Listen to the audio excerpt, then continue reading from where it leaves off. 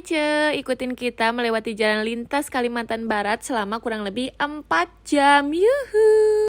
Oke Ce, hari ini ikutin lagi kegiatan aku sebagai istri yang ikut suami merantau ke Kalimantan. Jadi ceritanya hari ini kita mau nengokin teman kita yang baru selesai aja lahiran ke Manis Mata. Nah, jarak dari kebun ke Manis Mata itu kurang lebih 3 atau 4 jam gitu ya guys. Aku lupa karena ini aku baru 2 kali melewati lintas Kalbar ya guys. Kami berangkat dari rumah itu sekitar jam 5 dan ketemuan sama temennya suamiku itu di HCP gitu, tempat perkebunan pohon apa ya gitu. Dan sebenarnya ini video aku ambil pas perjalanan kita pulang dari Manis Mata kembali ke kebun ya guys. Ini kita sengaja pulangnya nggak terlalu sore karena kenapa? Kalian bisa lihat dengan jalan seperti ini takutnya kita terjebak hujan dan terjebak banjir. Jadinya kita memutuskan untuk pulangnya jangan terlalu sore supaya nggak kemalaman di hutan juga.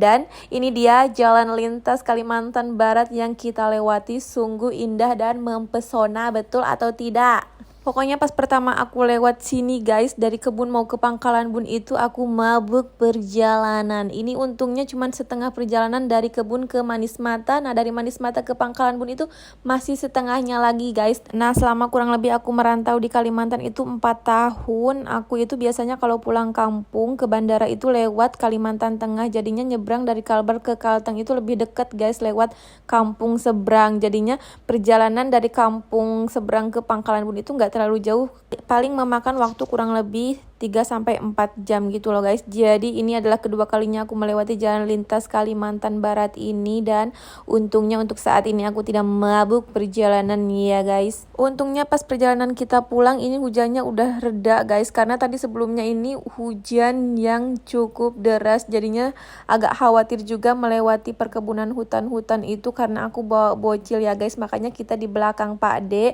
Nah, mobil yang di depan itu yang aku videoin dari tadi itu isinya temen Pak Su dan juga supirnya. Dan kami di belakang sini itu nggak pakai supir guys, karena supirnya nggak ada dan nggak bisa ikut. Jadinya kita mengikuti Pak D karena suamiku nggak tahu jalan dan nggak tahu celah mana yang aman untuk dilewati.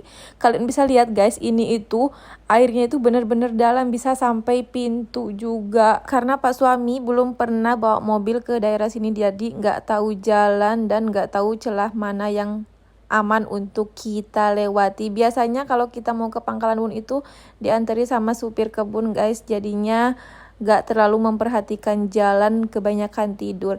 Nah, ini kita melewati juga kayak kebun-kebun apa ya guys, ini pohon-pohon yang biasa dipakai buat bikin kertas sama tisu kalau nggak salah. Kalau salah bisa dikoreksi, oke guys. Nah, ini itu perjalanan udah hampir dekat ke kebun lah, kurang lebih 1 jam sampai 1,5 jam lagi, dan masih dengan jalan yang sungguh apa ini namanya, berlubang-lubang guys, benar-benar berlubang. Dan di depan ini kalian akan tahu kita kena banjir guys, saking besarnya hujan sebelum kita lewati tadi. Nah, untungnya juga di sini si bocilku itu bukan bocil yang rewel kalau dibawa perjalanan jauh guys. Dia anti mabuk, anti apapun, pokoknya dia enjoy aja. Yang penting dia bisa tidur, habis tidur ngoceh, habis ngoceh makan, habis makan tidur lagi. Dan ini kita kena banjir di sini guys. Tadi pas kita berangkat ini airnya nggak sebanjir ini, sekarang banjir. Lihat mobilnya pada di depan, dia adventure guys, kita pun ikut adventure. Sampai-sampai kalian tahu guys, mobil yang dikendarai Pak D di depan itu berasap, dan mobil yang kami pakai ini juga macet di jalan. Pokoknya habis jalan banjir ini mobil yang kita gunain itu apa ya guys, koslet atau apa gitu nggak tahu, dan mobil Pak D di depan itu ngebul.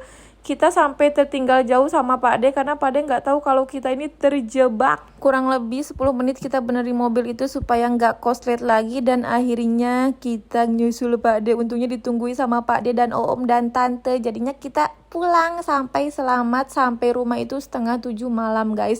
Aku videonya cukup sampai di sini aja. Bye bye, assalamualaikum.